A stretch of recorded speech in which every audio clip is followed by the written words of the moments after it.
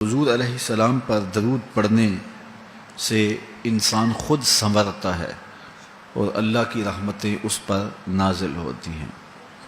علماء نے لکھا ہے کہ درود اللہ کی بارگاہ میں ایک دعا ہے جو اللہ کی بارگاہ میں عرض کی جاتی ہے، اے اللہ، نبی رحمت صلی اللہ علیہ وآلہ وسلم پر رحمتوں کا نزول کر۔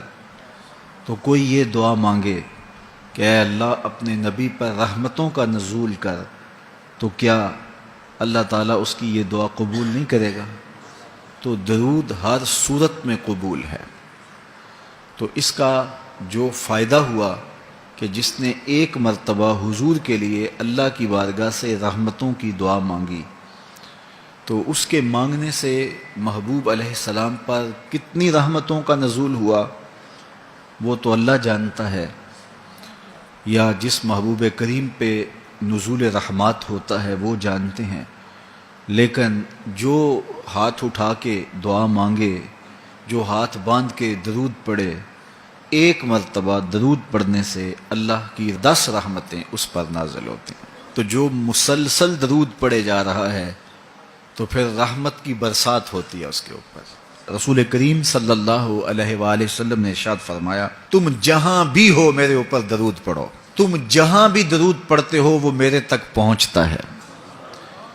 صبح پڑھو، شام پڑھو، دوپہر پڑھو، دن کو پڑھو، رات کو پڑھو، نماز سے پہلے پڑھو، نماز کے بعد پڑھو، محفل کے آغاز میں پڑھو، محفل کے دوران پڑھو، محفل کے اختتام پہ پڑھو، مسجد میں پڑھو، گھر میں پڑھو، جہاں بھی میرے اوپر درود پڑھو گے، جیسے بھی میرے اوپر درود پڑھو گے، فرمایا میرے تک پہنچتا ہے۔ ہر شخص یہ چاہتا ہے کہ میں حضور کی قربت پاؤں، حضور کا قرب مجھے ملے، اور اگر کسی کے سینے میں یہ آرزو نہیں ہے تو اس کے سینے میں دھڑکنے والا دل کسی مومن کا دل ہی نہیں ہے۔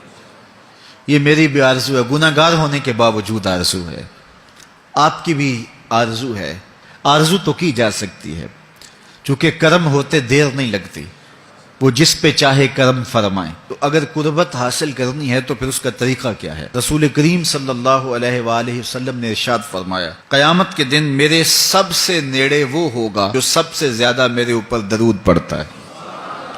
تو جتنا درود حضور پہ زیادہ پڑھو گے، قیامت کے دن اس قدر حضور کی قربت نصیب ہوگی، اور حضور کی چادر رحمت کی ٹھنڈی چھاؤں ملے گی، جام کوثر نصیب ہوں گے، اور جہاں حضور ہوں گے وہاں قیامت کے دن کی سختیاں نہیں ہوں گی، وہاں دامن محبوب کی ٹھنڈی ہوائیں ہوں گی۔ تو حضور علیہ السلام پر کثرت سے درود پڑھنا یقیناً یہ دکھوں کو دور کرنے کا علاج ہے، اور یہ دنیا آخرت کی بہتریوں کی ضمانت ہے۔ حضرت ابو ہریرہ رضی اللہ تعالیٰ عنہ سے روایت ہے جو امام ابو داود نے اپنی سند سے روایت کی ہے۔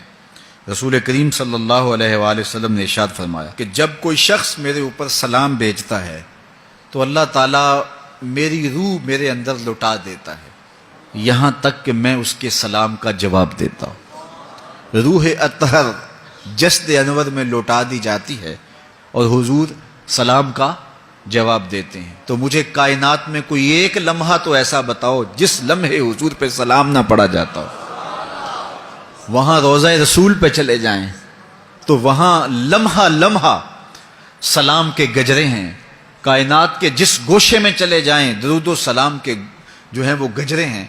تو کوئی ایک لمحہ بھی 24 گھنٹوں میں ایسا نہیں ہے کہ جب حضور پہ سلام نہ پڑھا جاتا ہو، اور جب سلام پڑھا جاتا ہو تو حضور کی روح اطہر بدن رحمت میں ہوتی ہے اور حضور سلام کا جواب دیتے ہیں، اور جس کو حضور سلام کا جواب دے دیں، اللہ اکبر، کہ درود پڑھا کرو۔ درود حضور علیہ الصلوۃ والسلام سے جواب کا ذریعہ ہے، اور جب جواب جناب رسالت مآب صلی اللہ علیہ وسلم کی جانب سے آ گیا تو دنیا میں بھی بھلا ہی بھلا ہے، آخرت میں خیر ہی خیر ہے۔ حضور علیہ الصلوۃ والسلام نے ارشاد فرمایا، جس کے سامنے میرا ذکر کیا جائے اور وہ میرے اوپر درود نہ پڑے، وہ کائنات کا سب سے بڑا بخیل، سب سے بڑا کنجوس ہے۔